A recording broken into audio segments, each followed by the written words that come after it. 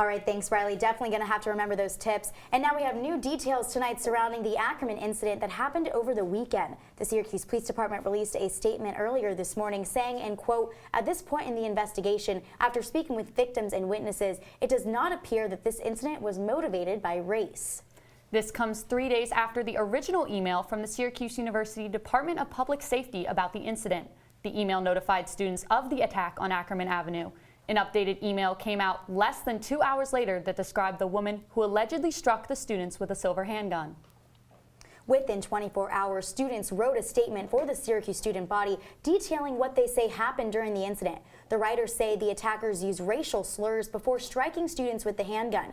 The student moves on to include how the writers are saddened and disturbed by the events that occurred and are especially disheartened by how the situation was handled by DPS and the City of Syracuse Police. The writers also warn other students, especially those of color, to be cautious in order to stay safe.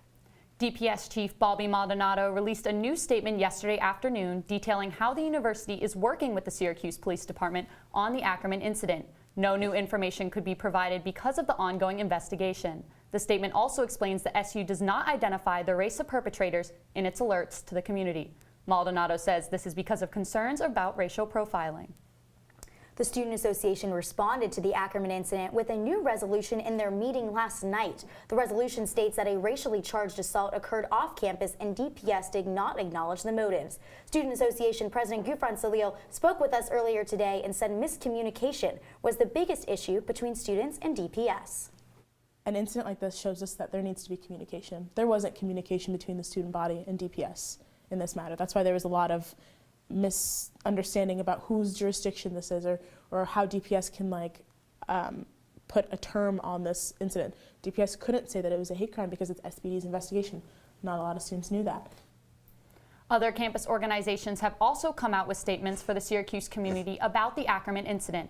The Residence Hall Association posted a statement on its Instagram page detailing its solidarity with the victims of the attack. The organization also says DPS failed to explain the racially charged motivations of the attackers and put in jeopardy the safety of minority students on campus. The Syracuse UNICEF group posted on its Instagram a similar statement. The group says, "We apologize that the university has failed you, that DPS and the Syracuse Police Department has failed you, that it has failed us." The Students Advocating for Sexual Safety and Empowerment organization also tweeted about the incident. It posted the student response statement next to a picture of the DPS email from the night of the attack and says, "Students of marginalized groups, we stand with you, especially when the university downplays hate crimes." The incident also brought up the lack of DPS presence around off-campus housing and the purchase of signs along the streets rather than blue safety lights. There are not safety lights on Ackerman Avenue, and the closest one is at the intersection of Euclid and Ostrom Avenues. Citrus TV will keep you updated with the latest on this developing story.